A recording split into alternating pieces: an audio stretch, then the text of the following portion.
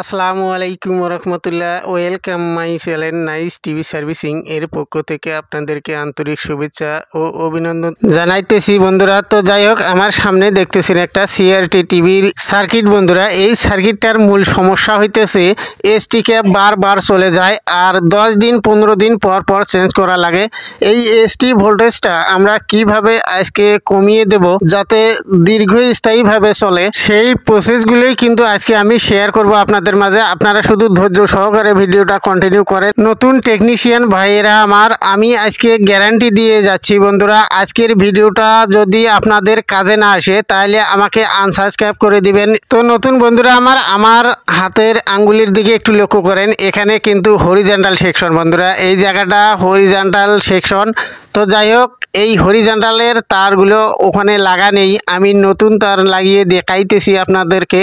একটু ধৈর্য সহকারে ভিডিওটা কন্টিনিউ করেন, তাহলে আপনারা এই এসটি ভোল্টেজের মাস্টার হয়ে যাবেন ইনশাল্লাহ, আমি কথা দিলাম। তো যাই হোক, এই যে দেখেন হরিজন্টালের তারটা কিন্তু মাঝখানের পিনেই থেকে যাবে, আমি মাঝখানে লাগিয়ে দিচ্ছি। হ্যাঁ বন্ধুরা, এই রকমই কিন্তু লাগা থাকে। তো যাই হোক, আপনারা এই রকম যখন লাগা থাকবে প্রত্যেকটি সার্কিটের মধ্যেই কিন্তু এই রকম মাঝখানের পিনে কিন্তু থাকে হরিজন্টালের তারটা। তো যাই হোক, এখন আমি যেটা করে দেখাবো আপনাদেরকে, তার আগে নতুন বন্ধুরা ভিডিওটি একটু স্কিপ করবেন না প্লিজ। আপনারা যদি কিছু শিখতে চান তাহলে ভিডিওটা সম্পূর্ণ কন্টিনিউ করেন। এখন বন্ধুরা আমি যেটা করব একটু লক্ষ্য করেন আমার আঙ্গুলের দিকে, এখানে কিন্তু এসি সেকশন। আমার হাতে যে তারটা দেখতেছেন বন্ধুরা, এটা এসি কট, এসি লাইনে আমি সোল্ডার করে নেব। আপনাদের কিন্তু এইরকম সোল্ডার করে নেওয়া লাগবে। তো বন্ধুরা আমি এসি কটটা সোল্ডার করে নিলাম। এখন আমার হাতের দিকে একটু লক্ষ্য করবেন, আমি সেকশনগুলো বুঝিয়ে দিচ্ছি আপনাদেরকে। নতুন বন্ধুরা একটু খেয়াল করে যাবেন। এই যে দেখেন আমি এসি কটটা রেখে দিলাম। হ্যাঁ বন্ধুরা, তার আগে একটু আপনাদেরকে বুঝিয়ে দেই। এই যে দেখেন আমি টুইজার দিয়ে দেখিয়ে দিচ্ছি। হ্যাঁ বন্ধুরা একটু লক্ষ্য করে দেখবেন।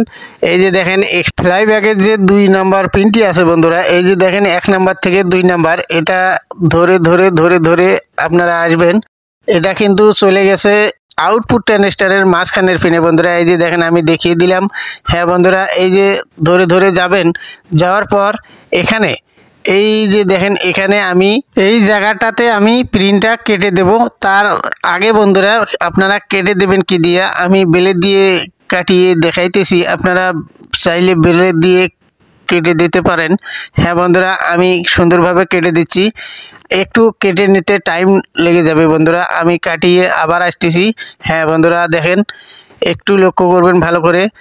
হ্যাঁ, আমি সুন্দরভাবে কেটে দিচ্ছি, কিন্তু আপনারাও এই রকম করে কেটে দিবেন, লাইনটা একদম ফাঁকা করে নেবেন। হ্যাঁ বন্ধুরা, এই যে দেখেন আমি কিন্তু প্রিন্টটা একদম ফাঁকা করে নিয়েছি। নতুন বন্ধুরা একটু বোঝার চেষ্টা করবেন, শুধু এই জায়গাটা কিন্তু একদম গুরুত্বপূর্ণ, এই জায়গাটাই কিন্তু আসল টিপস বন্ধুরা। তো যাই হোক, আমি এখন যেটা করে দেখাবো আপনাদেরকে একটু খেয়াল করবেন। এক টুকরো তার নেব।